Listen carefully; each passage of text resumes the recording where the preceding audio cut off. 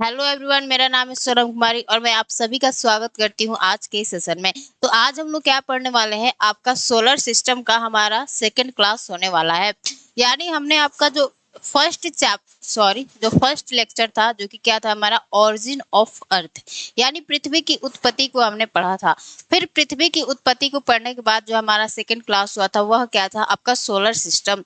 तो solar system में हमने क्या चीजें पढ़ा था, आपके सूर्य की संरचना के बारे में पढ़ा था, यानी स्ट्रक्चर ऑफ सन, सूर्य की जो संरचना होती है उसके बारे में पढ़ा था। और क्या पढ़ा था, और जो हमारे दो ग्रह होता है बुध और शुक्र के बारे में पढ़ा था। और हमने आपको बताया था कि जो अगला ग्रह है जो कि हमारा पृथ्वी होने वाला है और अन्य जो हमारी ग्रह होने वाली है उससे आज क्या हम लोग करेंगे, कवर करेंगे।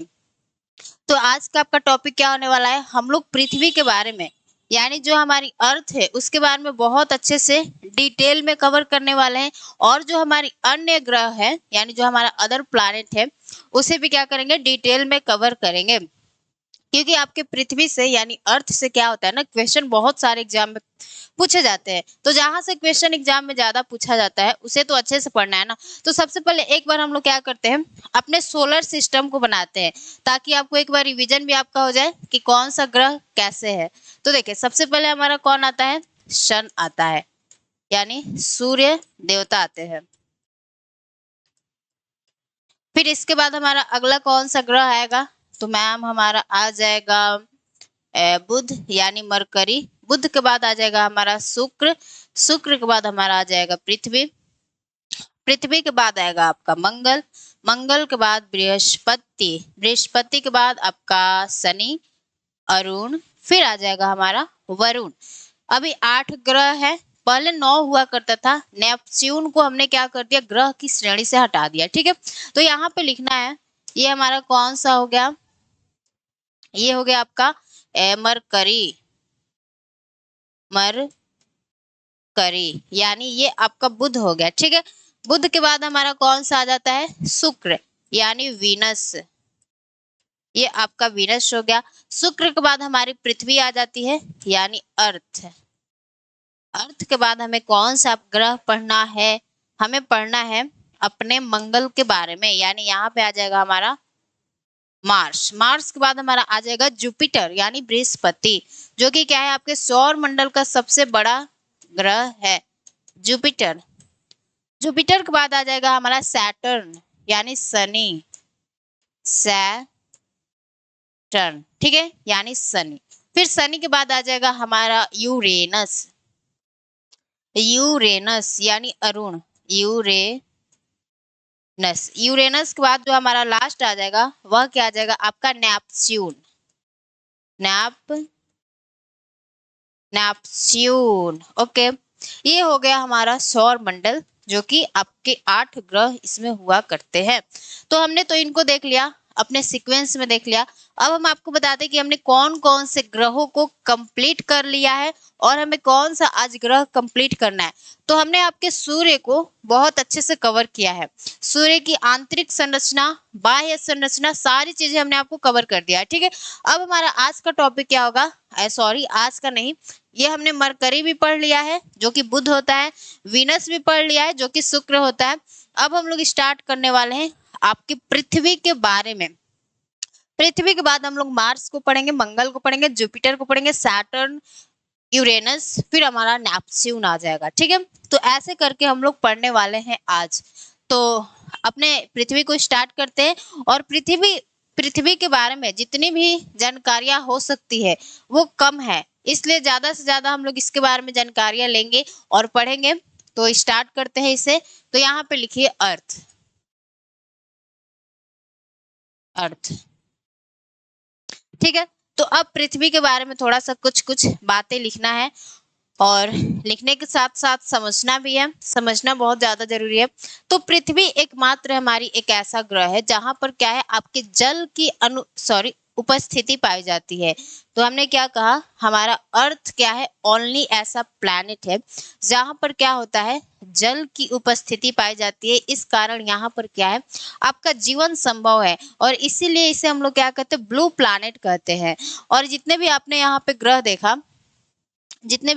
पे ग्रह देखा पृथ्वी के अलावा, वहां पर क्या होता है, आपकी जल की उपस्थिति नहीं पाई जाती है। अभी बहुत सारे रिसर्च चल रहे हैं कि कहीं पर मंगल ग्रह पे बताया जा रहा है कि चट्टानों में वहां पे मंगल ग्रह के चट्टानों में कुछ जल की उपस्थिति को देखा गया है। तो अभी रिसर्च जारी है, अभी पूरी तरह क्लियर नहीं है, ठीक है। तो पृथ्वी एकमात्र ऐसा ग्रह है जहां पर क्या है, आपके जल की उपस्थिति है, जिस कारण इसे ब्लू प्लैनेट भी कहते हैं। तो यहाँ पर लिखना है आपको, पृथ्वी एकमात्र ऐसी ग्रह है, पृथ्वी एकमात्र, पृथ्वी एक मात्र ऐसी ग्रह है, मात्र ऐसी ग्रह है जहां पर क्या है, जहां पर जल की उपस्थिति है, जल की उपस्थिति है, और जल ही क्या है, जीवन है। तो जहां पर जल है वहीं पर जीवन की क्या है, संभावना है। जल की उपस्थिति है, जिस कारण इसे, जिस कारण इसे, कारण इसे ब्लू प्लैनेट भी बोला जाता है, ब्लू प्लैनेट भी कहा जाता है, कहा जाता है। अब आपसे कोई पूछेगा कि पृथ्वी को ब्लू प्लैनेट क्यों कहा जाता है, तो यहाँ पर क्या है, आपके जल की उपस्थिति है, इसलिए इसे हम लोग क्या कहते हैं, ब्लू प्लैनेट बोलते हैं। अब हमें देखना है कि जो आपकी पृथ्वी है वह अपने अक्ष पर कितने डिग्री पर झुकी है और अपने तल पर क्या है, कितने डिग्री पर झुकी है। तो देखिए यहाँ पर हम आपको एक डायग्राम के थ्रू समझाना चाहेंगे कि जो हमारी पृथ्वी है, ये हो गई हमारी पृथ्वी, ठीक है। तो हमने क्या कहा कि अब हमें देखना है कि पृथ्वी अपने अक्ष पर कितने डिग्री पर झुकी है और अपने तल पर कितने डिग्री का एंगल बनाती है। तो ये हमारा हो गया विषुवत रेखा, ठीक है। यहाँ से हमारा आता है एक ऐसा लाइन, लेकिन हमारा जो पृथ्वी है 23.5 डिग्री पर क्या है, झुकी हुई है, यानी 23.5 डिग्री का एंगल बनाती है अपने अक्ष के साथ। तो देखिए यहाँ पर कितना, ये 23.5 डिग्री का एंगल बना रही है, 23.5 डिग्री, और अपने तल पर कितना डिग्री का एंगल बनाएगी, तो आपके 66.5 डिग्री, 66.5 डिग्री, ठीक है। तो आपको एक पता चल गया बात कि मैम जो हमारी पृथ्वी है वह अपने अक्ष पर 23.5 डिग्री झुकी है और अपने तल पर 66.5 डिग्री क्या है, 66.5 डिग्री झुकी है, या 66.5 डिग्री का एंगल बनाती है, ठीक है। तो इसी बात को यहाँ पर लिखते हैं कि पृथ्वी अपने अक्ष पर 23.5 डिग्री का कोण बनाती है और अपने तल पर 66.5 डिग्री का कोण बनाती है। तो यहाँ पे लिखिए, पृथ्वी अपने अक्ष पर, पृथ्वी अपने अक्ष पर, अक्ष पर 23.5 डिग्री का कोण बनाती है, जो कि आप पिक्चर में देख सकते हैं, ठीक है। तथा अपने तल पर, तथा अपने तल पर, अपने तल पर 66.5 डिग्री, 66.5 डिग्री का कोण बनाती है, कोण बनाती है। तो ये हमने आपके पृथ्वी के थोड़ा सा जो बेसिक जानकारियां होती है उसके बारे में देख लिया। अब हम लोग कहाँ जाते हैं, अपने अर्थ के गतियों के बारे पे आ जाते हैं, यानी हमारे पृथ्वी की कितनी तरह की गतियां पाई जाती है। पृथ्वी क्या है, एक मूविंग ऑब्जेक्ट है, यानी यह चारों तरफ चक्कर लगाती है, अपने अक्ष पे भी घूर्णन करती है और सूर्य के चारों तरफ भी चक्कर लगाती है। तो उसी दो गति के बारे में हमें क्या करना है, पढ़ना है। तो यहाँ पे आपका अगला हेडिंग क्या होना चाहिए, मोशन ऑफ अर्थ, यानी पृथ्वी की गति, मोशन ऑफ अर्थ, यानी हम लोग क्या पढ़ने वाले हैं, तो पृथ्वी की गति, पृथ्वी की गतियां।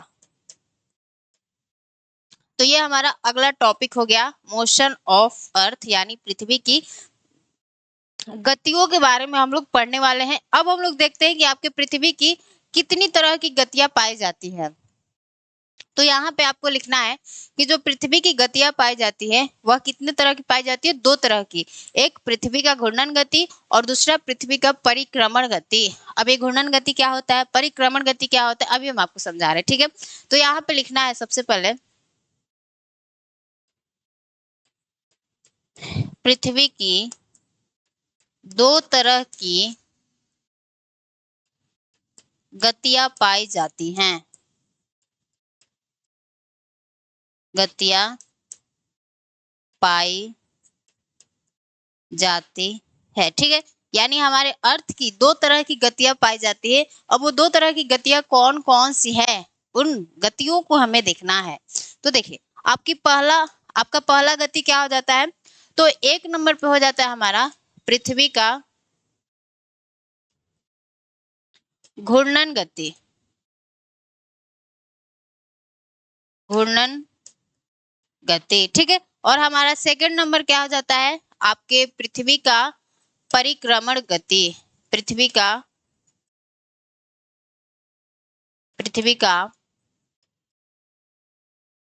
परिक्रमण गति। अब ये आपका घूर्णन गति क्या होता है, परिक्रमण गति क्या होता है, अभी हम आपको पिक्चर के थ्रू समझा रहे हैं। ये हो गया हमारा पृथ्वी का घूर्णन गति और ये हो गया हमारे पृथ्वी का परिक्रमण गति। तो इसको हम लोग पिक्चर से समझते हैं कि पृथ्वी का घूर्णन गति क्या कहलाता है और आपके पृथ्वी का परिक्रमण गति क्या कहलाता है। तो सबसे पहले तो आपको क्या बनाना होगा, एक पृथ्वी बनाना होगा, जो कि हम सोच रहे हैं कि हमारी पृथ्वी अच्छी बने। तो देखिए एक हमने यहाँ पर बना लिया भाई, कैसा बन जाता है।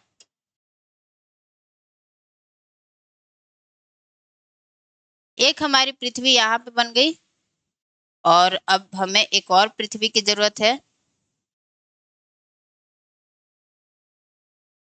ठीक है। एक पृथ्वी यहाँ पे हमें बनाना है और पहले इसे समझ लेते हैं, ठीक है। तो हमने क्या कहा कि घूर्णन गति का मतलब क्या होता है, घूर्णन गति का मतलब क्या होता है कि जब पृथ्वी अपने अक्ष पर ही क्या करती है, पश्चिम से पूर्व की ओर ऐसे ऐसे क्या करती है, रोटेट करती है, यानी घूर्णन गति करती है। तो उसी को हम लोग क्या कहते हैं, पृथ्वी का घूर्णन गति कहते हैं। तो देखिए ऐसे हमने कर दिया, और जब पृथ्वी क्या करती है, अपने अक्ष पर ही पश्चिम से पूर्व की ओर क्या करती है, घूमती है, तो उसी को हम लोग क्या कहते हैं, घूर्णन गति कहते हैं। तो ये बात आपको समझ में आ गया कि जब पृथ्वी अपने अक्ष पर ही क्या करती है, घूमती है, तो उसे पृथ्वी का घूर्णन गति कहते हैं। अब आता है हमारा परिक्रमण गति। तो परिक्रमण गति किसे बोलते हैं, तो जब पृथ्वी हमारे सूर्य के चारों तरफ चक्कर लगाती है उसे क्या कहते हैं, परिक्रमण गति कहते हैं। यहाँ पे हमारा हो जाता है सन, ठीक है। तो जब हमारी पृथ्वी जो है वह सूर्य के चारों तरफ चक्कर लगाती है तो उसे हम लोग क्या कहते हैं, यहाँ पे हमारी अर्थ हो गई, उसे क्या कहते हैं, परिक्रमण गति कहते हैं। तो एक हमने सिचुएशन क्या देखा, केस का क्या देखा कि पृथ्वी की घूर्णन गति किसे कहते हैं, तो जब पृथ्वी अपने अक्ष पर ही पश्चिम से पूर्व की ओर घूम रही है तो उसे घूर्णन गति कहते हैं, और जब पृथ्वी सूर्य के चारों तरफ चक्कर लगाती है उसे हम लोग परिक्रमण गति कहते हैं। तो अब आपके एग्जाम में ये तो क्वेश्चन पूछेगा नहीं कि घूर्णन गति क्या होता है, परिक्रमण गति क्या होता है। अब आपसे क्वेश्चन पूछेगा कि हमारे पृथ्वी के घूर्णन गति के कारण कारण कौन कौन से ऐसे परिवर्तन देखने को मिलता है। तो आपके एग्जाम में बहुत बार क्वेश्चन पूछा गया है कि पृथ्वी के घूर्णन गति के कारण कौन कौन से ऐसे परिवर्तन देखने को मिलता है, पृथ्वी के परिक्रमण गति के कारण कौन कौन से ऐसे परिवर्तन देखने को आपको मिलता है। तो यहाँ पे लिखना है, आपको हेडिंग क्या डालना है कि पृथ्वी के घूर्णन गति के कारण निम्नलिखित परिवर्तन होते हैं। अब कौन कौन से परिवर्तन होते हैं उसके बारे में लिखेंगे, ठीक है। तो यहाँ पे लिखना है पृथ्वी के घूर्णन गति के कारण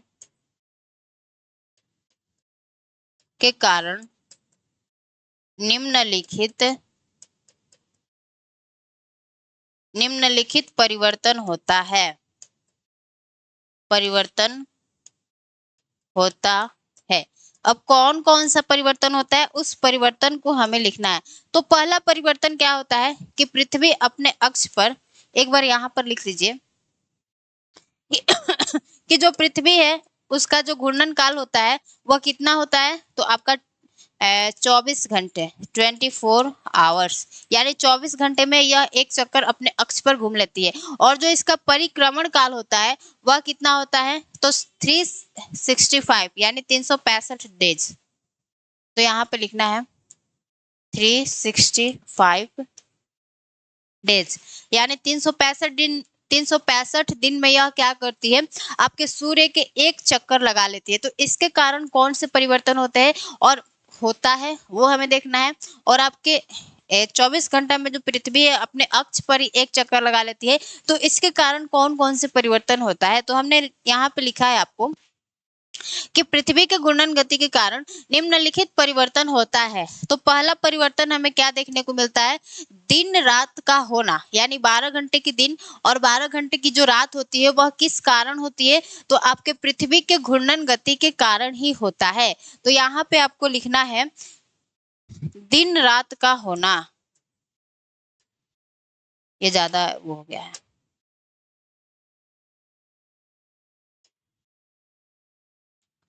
दिन रात का होना, यहाँ पे लिखिए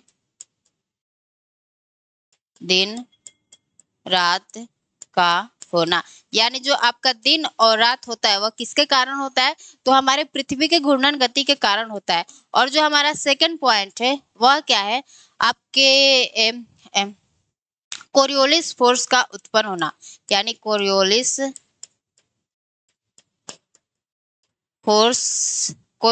फोर्स। और तीसरा हमारा क्या आ जाता है, आपका ज्वार भट्टा।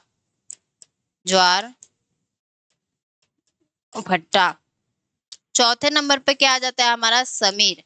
ये सारी बातें आपको पता नहीं होगी क्या चीजें होती है समीर। और हमारे यही परिवर्तन हमें क्या होता है देखने को मिलता है। तो देखिए आप लोग दिन रात का होना तो आपको क्लियर होगा। और आपको कोरियोलिस फोर्स हम थोड़ा सा आपको क्लियर कर दे रहे हैं कि ये कोरियोलिस फोर्स होता क्या है। यानी पृथ्वी के घूर्णन गति के कारण ही क्या होता है, हमें कोरियोलिस फोर्स देखने को मिलता है। तो होता क्या है ना कि आपको हम बता दें कि आपकी जो पृथ्वी है अपने अक्ष पर घूर्णन तो करती है। तो पृथ्वी के घूर्णन गति के कारण क्या होता है कि हमारे पृथ्वी सतह पर जितनी भी फ्री फ्लाइंग ऑब्जेक्ट है, यानी स्वतंत्र रूप से जो भी हमारी वस्तुएं उड़ती है, उनमें क्या होता है थोड़ा सा विक्षेपण होता है। यानी कोई हमारी जो हवा है ऐसे जाना चाहती है, तो अब इस पर क्या लग जाएगा, आपका कोरियोलिस फोर्स लग जाएगा। और इस कोरियोलिस फोर्स के कारण क्या होगा कि जो विंड है यह थोड़ा सा ऐसे मुड़ जाएगा। तो इसी को हम लोग क्या कहते हैं, कोरियोलिस फोर्स। और यह कोरियोलिस फोर्स उत्पन्न कैसे हो रहा है, तो हमारे पृथ्वी के घूर्णन गति के कारण यह क्या होता है, उत्पन्न होता है। और आपको ज्वार भट्टा हम आपका एक अलग से चैप्टर है जिसमें हम लोग अच्छे से कवर करेंगे। ज्वार भट्टा क्या होता है, सूर्य ग्रहण क्या होता है, चंद्र ग्रहण क्या होता है। और फिर हम आपको समीर भी बहुत अच्छे से पढ़ाएंगे जब हम आपको विंड सिस्टम पढ़ाएंगे, ठीक है। बस अभी आप याद कर लीजिए कि पृथ्वी के घूर्णन गति के कारण निम्नलिखित परिवर्तन होता है, दिन रात का होना, कोरियोलिस फोर्स का होना, ज्वार भट्टा, समीर। अब हमें देखना है कि पृथ्वी के परिक्रमण गति के कारण कौन कौन सी घटनाएं होती है। तो यहाँ पे अगला हमारा हेडिंग क्या होगा, पृथ्वी के परिक्रमण गति के कारण निम्न घटनाएं होती है, निम्न घटनाएं होती है, ठीक है। निम्न घटनाएं होती है। अब कौन कौन सी घटनाएं होती है उसके बारे में हमें लिखना है। पहला क्या हो जाएगा, आपका पहला हो जाएगा, हमने घूर्णन गति में क्या लिखवाया कि दिन रात का होना। लेकिन आपसे क्वेश्चन पूछेगा कि दिन रात की अवधि का बड़ा या छोटा होना वह किसके कारण होता है, तो वह आपके परिक्रमण गति के कारण होता है। यानी जब दिन बड़ा होता है रात छोटी होती है तो वह किसके कारण होता है, आपके परिक्रमण गति के कारण होता है। तो यहाँ पे लिखना है दिन रात की अवधि का बड़ा या छोटा होना, बड़ा या छोटा होना। छोटा होना। जब आपसे पूछेगा कि दिन रात होना किसके कारण होता है, तो घूर्णन गति के कारण होता है। लेकिन अवधि बड़ा या छोटा पूछेगा आपसे, तो कौन सा हो जाएगा, परिक्रमण गति होगा। फिर हमारा सेकंड क्या आ जाता है, आपके ऋतुओं में जो परिवर्तन देखने को मिलता है वह किसके कारण होता है, आपके परिक्रमण गति के कारण होता है। तो यहाँ पे लिखेंगे ऋतुओं में परिवर्तन, ऋतुओं में परिवर्तन किसके कारण होता है, तो आपके होता है परिक्रमण गति के कारण। तो परिक्रमण गति के कारण हमने दो घटनाएं देखा, दिन रात की अवधि का बड़ा या छोटा होना, और दूसरा ऋतुओं में परिवर्तन। यानी जब ऋतुओं में आप लोग परिवर्तन देखते हैं तो वह किसके कारण होता है, तो आपके परिक्रमण गति के कारण होता है। और घूर्णन गति के कारण आपको चार बातें याद रखना है, ठीक है।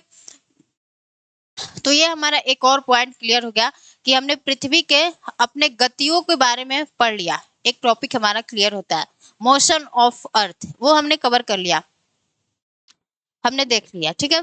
अब आते हैं हम लोग अगले बात पे।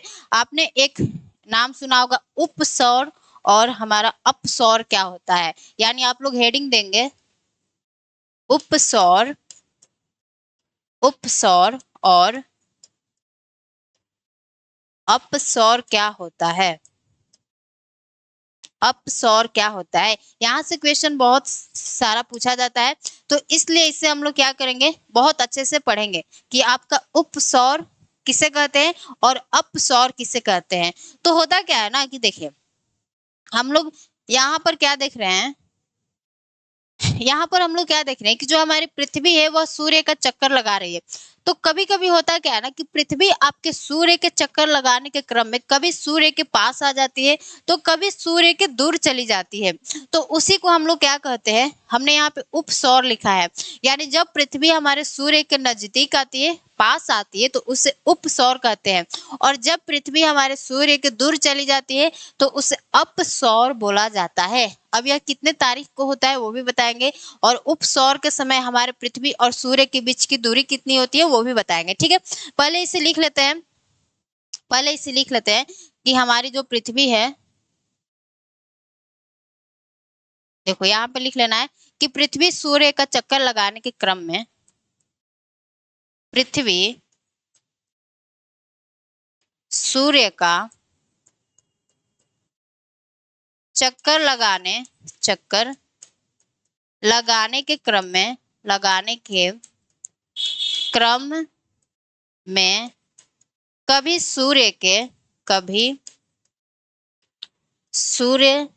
के पास आ जाती है, पास आ जाती है, तो कभी सूर्य के, तो कभी सूर्य के क्या चली जाती है, दूर चली जाती है।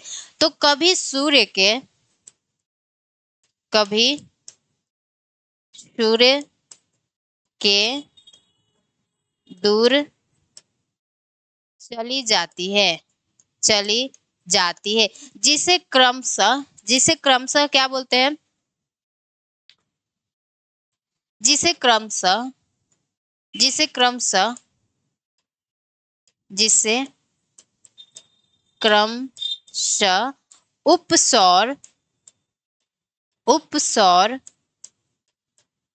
उपसौर तथा अपसौर बोलते हैं, अपसौर बोलते हैं।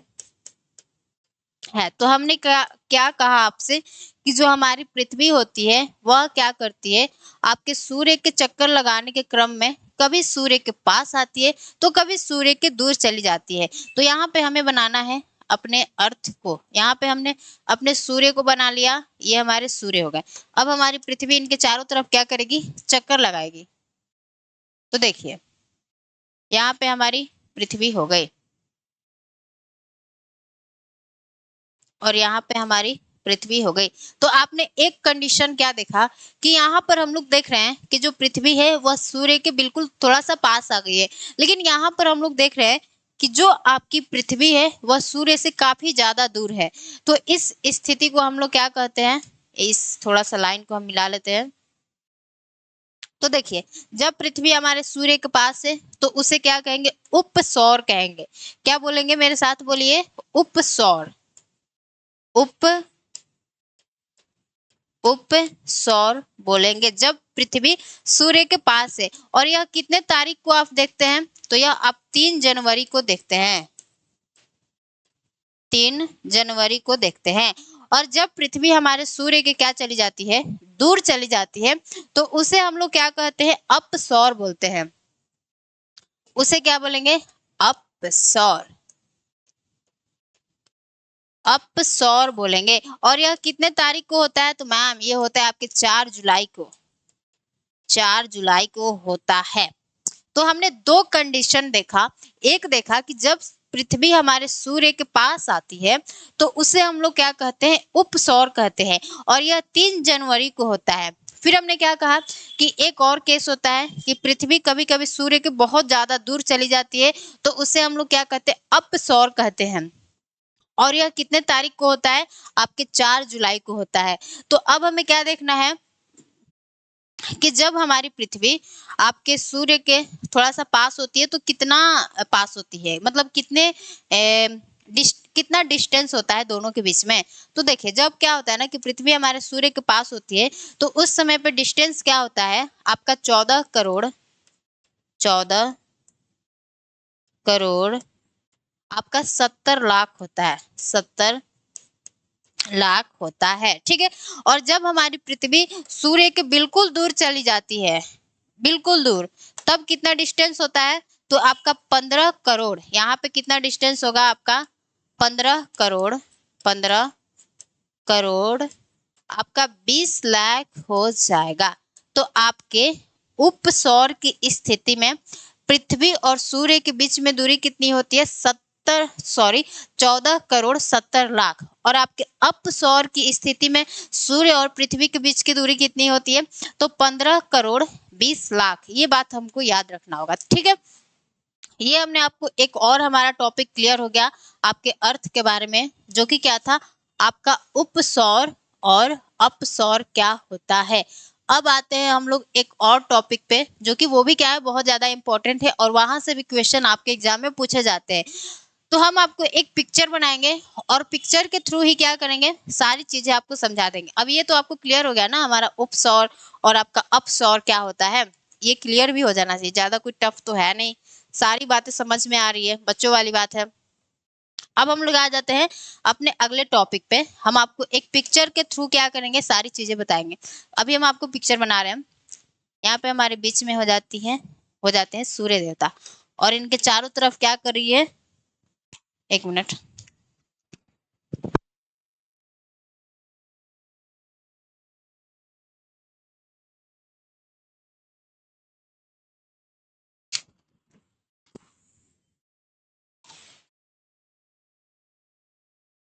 देखिए। तो हमने क्या कहा कि बीच में आपके सूर्य देवता हो जाते हैं और इसके चारों तरफ पृथ्वी क्या करती है, चक्कर लगाती है। चारों तरफ ये हमारी पृथ्वी क्या कर रही है, आपकी चक्कर लगा रही है। तो इसी डायग्राम को थोड़ा सा हमें समझना है और इसके बारे में फिर हम आपको अच्छे से इसका नोट्स बनाएंगे, ठीक है। तो देखिए, पृथ्वी सूर्य के चारों तरफ चक्कर लगाती है तो 4 कंडीशन हमें देखने को मिलता है। एक कंडीशन हमारा क्या होता है, ये ये बीच में क्या हो गया, आपका इक्वेटर हो गया, ये भी बीच में आपका इक्वेटर हो गया, यहाँ पर भी इक्वेटर है, विषुवत रेखा है, यहाँ पर भी क्या है, विषुवत रेखा है। अब हमें क्या देखना है कि हमारे, आपको ये डेट याद रखना है, कौन, आपको 21 जून याद रखना है, आपको 22 दिसंबर याद रखना है, और 21 मार्च, और आपको 23 सितंबर। कैसे भी करके ये जो हमारे 4 डेट है, इनको बहुत अच्छे से याद रखना है। अब ये क्या है, कैसे, अभी आपको याद होगा, ठीक है। तो देखिए, अब थोड़ा सा पहले हम डायग्राम बना लेते हैं। यहाँ पर आपका कर्क रेखा हो जाता है और नीचे मकर रेखा है, तो मकर रेखा की यहाँ पर हमें जरूरत नहीं है, इसलिए यहाँ पर नहीं बनाएंगे। और यहाँ पे हमें मकर रेखा की जरूरत है, तो यहाँ पे हम मकर रेखा को बना देते हैं, ठीक है। तो देखिए, होता क्या है, अब हम लोग इस डेट का यूज करेंगे कि इस डेट को क्या क्या घटनाएं होती हैं। तो 21 जून को हमारा सूर्य कहाँ चला जाता है, तो आपके कर्क रेखा पर चला जाता है। तो यहाँ पे हम लोग करेंगे आपके सूर्य को कर्क रेखा पर। तो हमने क्या देखा कि मैम जो हमारा सूर्य है वह 21 जून को कहाँ जा रहा है, कर्क रेखा पर एकदम सीधा लंबवत पड़ रहा है। और 22 दिसंबर को क्या होता है कि जो आपका सूर्य है वह आपके मकर रेखा पर क्या होता है, चला जाता है। तो ये दो कंडीशन हमने देखा। ये हो गया आपका 21 जून, 21 जून को मैम हम लोग क्या देख रहे हैं कि जो हमारा सूर्य है वह आपके कर्क रेखा पर चला जा रहा है। और हम लोग 22 दिसंबर को क्या देख रहे हैं, 22 दिसंबर को कि हमारा जो सूर्य है वह कहाँ आ गया, मकर रेखा पर आ गया। और आपके 21 मार्च और 23 सितंबर को क्या होता है कि जो हमारा सूर्य है वह कहाँ चला जाता है, तो आपके विषुवत रेखा पर सीधा लंबवत पड़ता है। ये हमारा विषुवत रेखा हो गया, ये भी हमारा विषुवत रेखा हो गया। तो ये हो गया हमारा 21 मार्च और ये हमारा नीचे हो जाता है 23 सितंबर। तो अब हमें इन्हीं के बारे में थोड़ा सा इनके अब डिटेल्स को पढ़ना है कि 21 जून को जब सूर्य हमारा कर्क रेखा पर चला जाता है तो कौन कौन सी ऐसी घटनाएं होती है जिसको हमें थोड़ा सा पढ़ना है। और यहाँ से क्वेश्चन बहुत बार पूछे गए हैं। तो अब हम लोग लिखते हैं और लिखेंगे तभी आपका नोट्स बनेगा और तभी आपको याद होगा, ठीक है। तो लिखना है यहाँ पर, अब नोट्स बनाते हुए चलना है। 21 जून को 21 जून को 21 जून को सूर्य कर्क रेखा पर चला जाता है, कर्क रेखा पर चला जाता है, चला जाता है। और जब सूर्य हमारा 21 जून को कर्क रेखा पर चला जाता है तो इस दिन क्या होता है, अभी मैं आपको लिखवा रही हूँ फिर आपको डिटेल में बहुत अच्छे से समझाऊंगी, ठीक है। अब आपको लिखना है कि 21 जून को सूर्य कर्क रेखा पर चला जाता है। इस दिन आर्कटिक सर्कल पर, अभी आपको आर्कटिक सर्कल हो सके कि नहीं समझ में आएगा तो हम अभी आपको बता रहे, ठीक है। इस दिन आर्कटिक सर्कल पर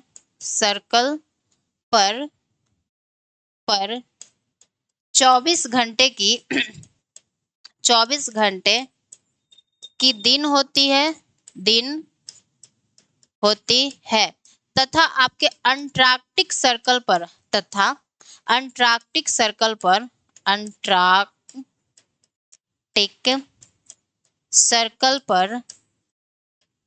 24 घंटे की रात होती है। ये दिन और रात का क्या खेला है अभी आपको बता रहे, ठीक है। 24 घंटे की रात होती है। अब सबसे पहले तो आपको एक हो सके कि वर्ड नहीं समझ में आ रहा होगा, आर्कटिक सर्कल और हमारा अंटार्कटिक सर्कल क्या होता है, जहां पर 24 घंटे के दिन और रात का अंतर देखने को मिलता है। तो देखिए, अब पहले हम आपको आर्कटिक सर्कल और आपके अंटार्कटिक सर्कल को हम थोड़ा सा यहीं पे क्लियर कर दे ताकि आपको डाउट ना रहे। तो ये हमारी क्या हो गई, आपकी पृथ्वी हो गई, ठीक है, जो कि हमारे से अच्छे से बनती नहीं है, पता नहीं कब बनेगी ये हमारी। ओहो,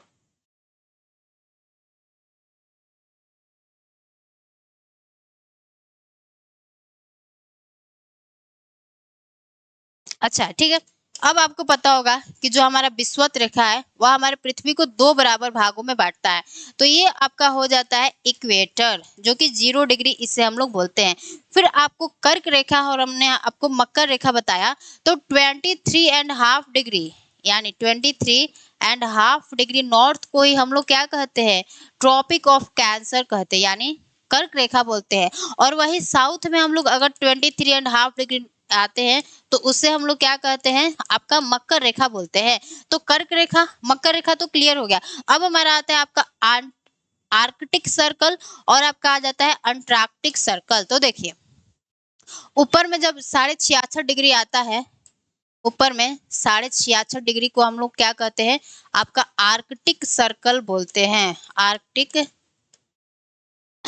आर्कटिक आर्कटिक सर्कल बोलते हैं। और जो हमारा नीचे में आता है 66.5 डिग्री, 66.5 डिग्री साउथ को क्या बोलते हैं, अंटार्कटिक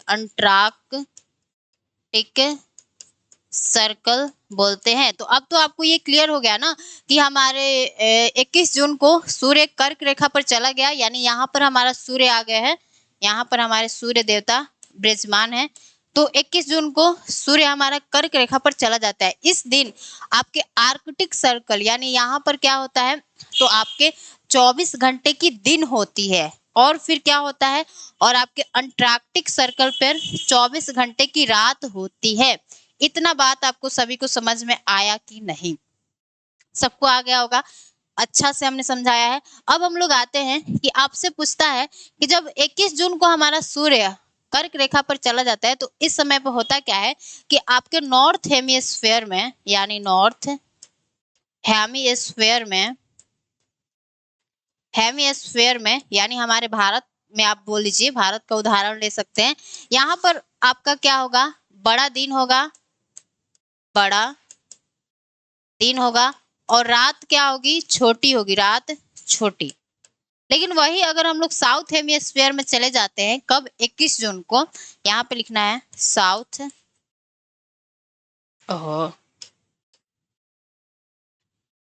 साउथ हेमिस्फीयर। अगर हम लोग साउथ हेमिस्फीयर में चल जाते हैं 21 जून को, तो वहां पे क्या होता है कि जो आपकी रात होती है, वह क्या होती है, बड़ी होती है, यानी बड़ा रात, बड़ी रात, और दिन क्या होगा, छोटा होगा, दिन छोटा। ये आपका डिफरेंट देखने को मिलता है। क्यों? क्योंकि हम लोग क्या देखते हैं कि जो सूर्य है वह आपके तो नॉर्थ हेमिस्फीयर में चला जाता है, तो हमारे यहाँ पे जब गर्मी होती है उसी टाइम पे ऑस्ट्रेलिया में यानी साउथ हेमिस्फीयर में जितने भी हमारे कंट्री आ जाते हैं वहां पे आपको ठंड देखने को मिलता है। अभी आपके ऑस्ट्रेलिया में ठंडा स्टार्ट हुआ होगा, ठीक है। तो इसी कारण क्या होता है ना कि साउथ हेमिस्फीयर में बड़ा रात करता है और दिन क्या करता है, छोटा करता है, जो कि हमारे यहाँ में ठंडियों में ऐसा होता है। तो ये हमने आपको बता दिया। अब आपको एक और केस हम बता रहे हैं, वो भी आपको समझना है कि 21 जून को क्या होता है। ये हमारी हो गई पृथ्वी, ये हमारी पृथ्वी हो गई, ठीक है। अब ये आपका इक्वेटर हो गया, इक्वेटर हो गया, ठीक है। और ऐसे करके हमारा क्या है, पूरा यहाँ पर लाइन हम ड्रॉ कर दे रहे हैं। आपका ये 10 डिग्री हो गया, आपका 20 डिग्री हो गया, ये 30 डिग्री हो गया, और ऐसे करके 40 डिग्री हो गया, 55, 60, ऐसे कर करके हमारा ये अक्षांश हो गया, ठीक है। ये थोड़ा सा एक यहाँ पर भी कर देते हैं। तो आपके 21 जून को क्या होता है कि जैसे जैसे हम लोग क्या जाते हैं, अपने इक्वेटर से आपके जाते हैं कहाँ, आर्कटिक सर्कल की ओर, तो जो हमारा दिन का अवधि होता है वह क्या होता है, बड़ा होता है। और जैसे जैसे हम लोग कहाँ आते हैं, अपने कहाँ आते हैं, तो जैसे जैसे हम लोग कहाँ आते हैं, तो आर्कटिक सर्कल से हम लोग कहाँ आते हैं, अपने अंटार्कटिक सर्कल की ओर आते हैं। तो जो दिन की अवधि होती है वह क्या होता है, छोटा होता है। क्यों होता है? क्योंकि हमारा सूर्य कहाँ है, अभी आपके कर्क रेखा पर है। तो वही आपको कंडीशन कंडीशन लिखना है। और आपसे क्वेश्चन पूछा भी गया है, तो यहाँ पे लिख लीजिए, दिन की अवधि, दिन की अवधि बड़ा होगा, बड़ा होगा, ठीक है। क्यों? क्योंकि हम लोग इक्वेटर से कहाँ जा रहे हैं, कर्क रेखा की ओर जा रहे हैं, और कर्क रेखा पर ही हमारा सूर्य है। तो जैसे जैसे हम लोग कर्क रेखा से भी ऊपर जाएंगे, आपके दिन की अवधि बड़ा होता जाएगा, और जैसे जैसे हम लोग कर्क रेखा से दूर आएंगे यानी नीचे की तरफ आएंगे, तो जो आपके दिन का अवधि होगा वह क्या होगा, छोटा होगा।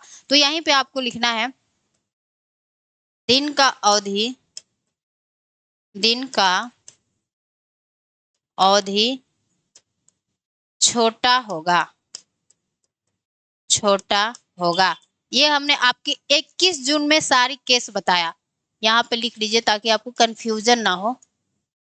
21 जून। अब आते हैं हम लोग 22 दिसंबर पे कि हमारा 22 दिसंबर में क्या होता है। यानी हमने एक तो क्या देख लिया, आपके 21 जून का केस देख लिया, जो भी इसमें हो सकता था हमने देख लिया। अब हम लोग आ जाते हैं अपने 22 दिसंबर पर क्या होता है कि जब 22 दिसंबर को जो हमारा सूर्य है वह आपके मकर रेखा पर चला जाता है, तो क्या होता है। तो देखिए यहाँ पे आपको लिखना है, यहाँ पे आपको लिखना है, फिर वही बातें होगी, वही बातें नहीं होगी, बहुत ज्यादा चेंज हो जाएगा, ठीक है। तो यहाँ पे लिखिए 22 दिसंबर को, 22 दिसंबर को सूर्य मकर रेखा पर रेखा पर चला जाता है, चला जाता है, मकर रेखा पर चला जाता है। तो जब मकर रेखा पर चला गया, यानी जो हमारा सूर्य है वह अब कहाँ आ जाएगा, तो आपके, चलो हम यहीं पे डायग्राम बना लेते हैं, ठीक है। यहाँ पे आपको मैं डायग्राम बना के समझा रही हूँ। अब हमारा सूर्य कहाँ आ गया है, तो आपके मकर रेखा पर आ गया है।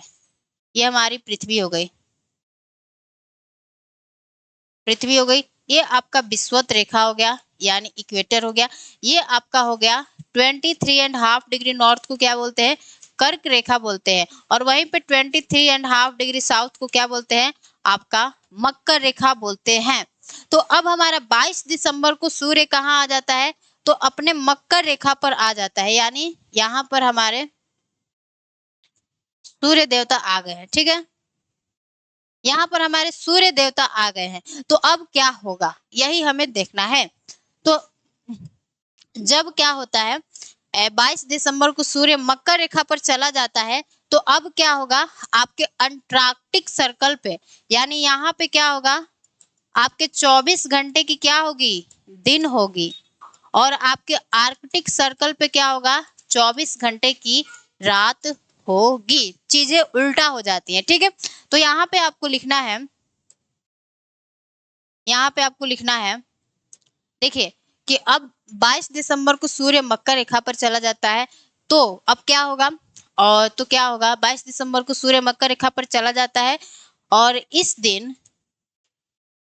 दिन अंटार्कटिक सर्कल पर, अंटार्कटिक सर्कल पर 24 घंटे की 24 घंटे की दिन होगी, यानी नीचे अंटार्कटिक सर्कल पर 24 घंटे की दिन होगा तथा आर्कटिक सर्कल पर, आर्कटिक सर्कल पर 24 घंटे की रात होगी। ये बात आपको समझ में आ गया होगा। अब आर्कटिक सर्कल और अंटार्कटिक सर्कल के बारे में लेके आपको डाउट नहीं रहना चाहिए, क्योंकि हमने आपको बता दिया है, ठीक है। अब थोड़ा सा आपको ये बात समझना है कि जब हमारा सूर्य 22 दिसंबर को मकर रेखा पर आ गया, तो हम लोग क्या देख रहे हैं कि अब हमारे नॉर्थ हेमिस्फीयर में क्या होगी, ठंडी स्टार्ट होगी। तो जब ठंड होती है तो हमारे यहाँ पे देखते हैं कि बड़ा रात करता है और जो दिन होता है वह छोटा होता है। तो यहीं पे अब आपको लिखना है कि अब आपके नॉर्थ हेमिस्फीयर में क्या होगा, जब सूर्य हमारा मकर रेखा पर चला जाता है, तो नॉर्थ हेमिस्फीयर में क्या होगा, बड़ा रात होगा, यानी बड़ी रात, और दिन छोटा होगा, दिन छोटा। लेकिन हम लोग साउथ हेमिस्फीयर में आएंगे, तो साउथ हेमिस्फीयर में क्या होगा, चीजें उल्टा होंगी। यहाँ पे लिख लीजिए, साउथ हेमिस्फीयर में क्या होगा, साउथ हेमिस्फीयर में हमारा सूर्य है, तो यहाँ पे दिन क्या होगा, बड़ा होगा, दिन। अब इसमें कंफ्यूज नहीं होना है, ठीक है। दिन बड़ा और रात क्या होगी, छोटी होगी, रात छोटी। ये आपको डाउट अब क्लियर हो जाना चाहिए। थोड़ा सा आप लोग एक दो बार रिवीजन कीजिएगा और आपका ये क्लियर हो जाएगा। ज्यादा कुछ लेंदी है भी नहीं, टफ भी नहीं है कि आपको समझ में नहीं आएगा, समझ में आ जाएगा, ठीक है। तो अब हमने क्या देख लिया, आपके दो केस को हमने देख लिया, आपके 21 जून और आपके 22 दिसंबर को हमने क्लियर कर लिया। अब आता है हमारा 21 मार्च और आपका 23 सितंबर आ जाता है। तो इस दिन में क्या होता है, जब सूर्य हमारा विषुवत रेखा पर सीधा लंबवत पड़ता है, तो क्या होता है उसे हमें लिखना है, ठीक है। तो देखिए यहाँ पे आपको अब हम लिख कर बताते हैं, इसी में अट जाएगा, ठीक है। चलो तो यहाँ पे लिखिए 21 मार्च और 23 सितंबर को, यहीं पे नोट्स में आपको बना दे रही हूँ, 21 मार्च तथा 23 सितंबर 23 सितंबर 23 सितंबर को सूर्य जो हमारा होता है, को सूर्य विषुवत रेखा पर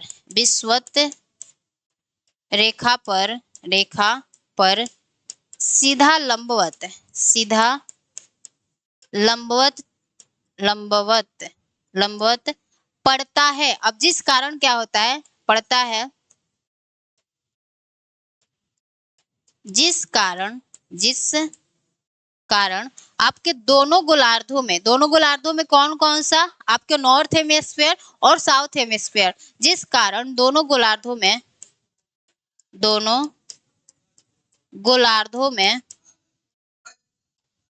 दिन और रात की जो अवधि होती है वह क्या होता है, आपका बराबर होता है। दिन रात की अवधि क्या होता है, आपका बराबर होता है, अवधि बराबर होता है। तो ये बात आपको बस याद रखना है कि आपके 21 मार्च और 23 सितंबर को क्या होता है कि हम लोग क्या देख रहे हैं कि जो आपका सूर्य है 21 मार्च हो गया और यहाँ पे आपका 23 सितंबर हो गया, को जो हमारा सूर्य है वह आपके विषुवत रेखा पर सीधा लंबवत पड़ता है, जिस कारण क्या होता है कि दोनों गोलार्धों में यानी नॉर्थ हेमिस्फीयर और साउथ हेमिस्फीयर में क्या होता है, आपके दिन और जो रात की अवधि होती है वह क्या होता है, बिल्कुल बराबर होता है। तो ये सारी बातें हमने अपने पृथ्वी के बारे में पढ़ लिया। अब हमारा टॉपिक आता है, अगला आ जाता है हमारा मंगल ग्रह। अब थोड़ा सा मंगल ग्रह के बारे में जानेंगे, फिर आपके बृहस्पति के बारे में जानेंगे और ये जो तीनों ग्रह है उसके बारे में अगले क्लास में जानेंगे, ठीक है। तो यहाँ पे आपको अब लिखना है, जो हमारा हेडिंग होगा वह क्या होगा, मार्स यानी मंगल ग्रह। अब थोड़ा सा मंगल ग्रह के बारे में आपको थोड़ा सा जानकारियां ले लेना है, इसके कौन कौन से उपग्रह हैं और जो भी इसकी विशेषताएं हैं उसके बारे में। तो यहाँ पे लिखिए मंगल ग्रह यानी मार्स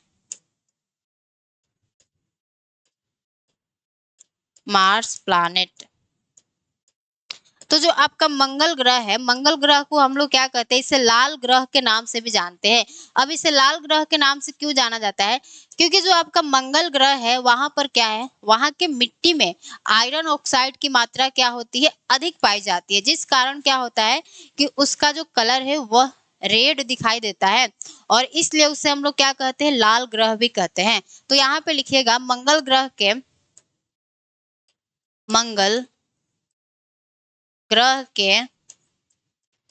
मिट्टियों में आयरन ऑक्साइड की मात्रा आयरन ऑक्साइड की मात्रा क्या होती है, अधिक पाई जाती है, की मात्रा अधिक पाई जाती है। अतः इसे लाल ग्रह के नाम से भी जानते हैं, जिस कारण इसे, चाहे यह लिखे, जिस कारण यह लाल दिखाई देता है, यह लाल दिखाई देता है। अतः इसे लाल ग्रह भी कहते हैं, अतः इसे लाल ग्रह भी कहते हैं। अतः इसे लाल ग्रह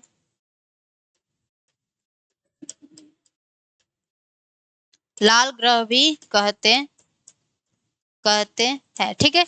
ये हो गया आपका जो कि मंगल ग्रह के बारे में जो भी आपकी जानकारियां थी। अब हम लोग देखते हैं कि जो आपका मंगल ग्रह है उसका परिक्रमण काल यानी सूर्य का चक्कर कितने दिन में लगाता है। तो यहाँ पे लिखिए परिक्रमण काल मंगल का कितना होता है, तो आपका 687 डेज यानी 687 दिन में क्या करता है, यह सूर्य का एक चक्कर लगा लेता है। और हमारे मंगल ग्रह के बारे में दो बातें लिखना है, इसके सैटेलाइट यानी उपग्रहों के नाम को लिखना है। तो मंगल ग्रह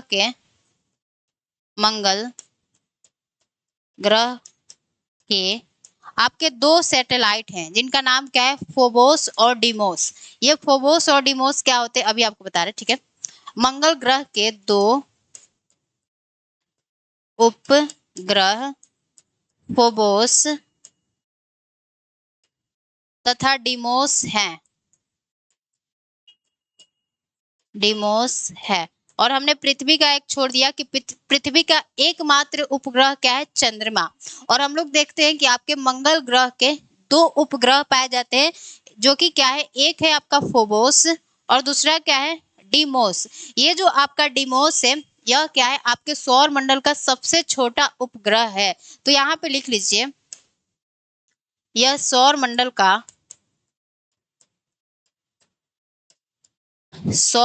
का सबसे छोटा ग्रह उपग्रह है, सबसे छोटा उपग्रह है।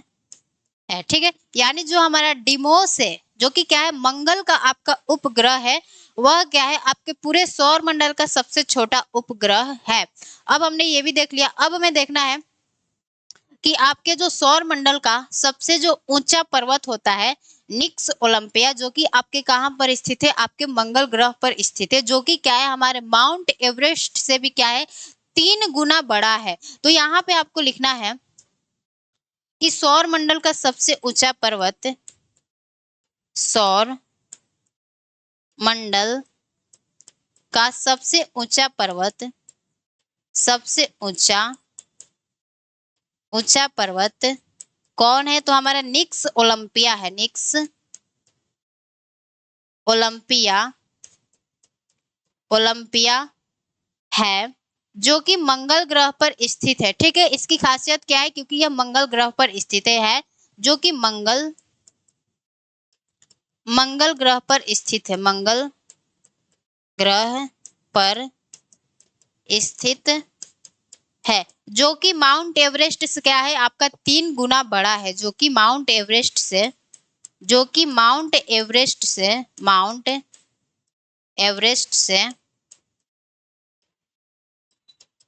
3 गुना बड़ा है, 3 गुना आपका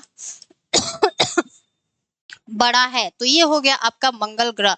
अब हमारे जो मंगल ग्रह हो गया, उससे हम लोग क्लियर कर लिए, जो भी इसके बारे में इंपॉर्टेंट बातें था उसको हमने कवर कर लिया। अब जो आपके मतलब कि और ग्रह बच गए, यानी जो आपका प्लैनेट बच गया, उससे हम लोग क्या करेंगे, अगले दिन कवर करेंगे। और हम लोग उसमें क्या कवर करेंगे कि आपके एस्ट्रॉयड क्या होता है, क्षुद्र ग्रह क्या होता है, पुच्छल तारा क्या होता है, धूमकेतु क्या होता है, वो भी सारे बहुत इंपॉर्टेंट टॉपिक है, वहां से भी एग्जाम में क्वेश्चन पूछे जाते हैं। तो आपको यहीं तक छोड़ देते हैं, मंगल ग्रह तक। और जो आपका जुपिटर है, सैटर्न है, यूरेनस है, नेपच्यून है, इसको हम लोग क्या करेंगे, अगले क्लास में कवर करेंगे। तो जो भी हमने आपको पढ़ाया, यानी हमने पृथ्वी के बारे में पढ़ाया, जो कि आपके एग्जाम में पूछा जाता है क्वेश्चन, उसको थोड़ा सा क्या करना है, उसका रिवीजन करना है। पृथ्वी की गतियां 2 तरह की होती है, घूर्णन, परिक्रमण। और पृथ्वी के घूर्णन गति के कारण कौन कौन से परिवर्तन होते हैं, उससे देखना है। पृथ्वी के परिक्रमण गति के कारण कौन कौन सी घटनाएं घटित होती है, उससे देखना है। ये स्टार मार्क्स लगा लीजिएगा इस पे। फिर हमने आपको उप सौर बताया, अप सौर बताया। 3 जनवरी को उप सौर का सिचुएशन होता है और 4 जुलाई को अप सौर की स्थिति बनती है। जब 4 जुलाई को अप सौर होता है तो सूर्य और पृथ्वी के बीच में दूरी कितना होता है, 15 करोड़ 20 लाख। और उप सौर की स्थिति में आपके सूर्य और पृथ्वी के बीच में दूरी कितनी होती है, तो 14 करोड़ 70 लाख। ये भी आपको याद रखना है, ठीक है। फिर हमारा आ जाता है, हमने एक और आपको कंडीशन बताया, जो कि पिक्चर के माध्यम से बताया। और आपके 21 जून 22 दिसंबर, ये सारी बातें हमने आपको बता दिया, क्या क्या घटनाएं होती है। और जहां पर भी आपको डाउट होगा, एक बार आप कमेंट सेक्शन में लिख दीजिएगा। और आपके जितने भी डाउट्स होंगे उसको हम लोग क्या करेंगे, एक बार में ही आपको, हम जब अगली क्लास होगी उसमें आपका डाउट कवर हो जाएगा। तो आज के लिए बस इतना ही रखते हैं, तब तक के लिए सभी को जय हिंद, नमस्ते।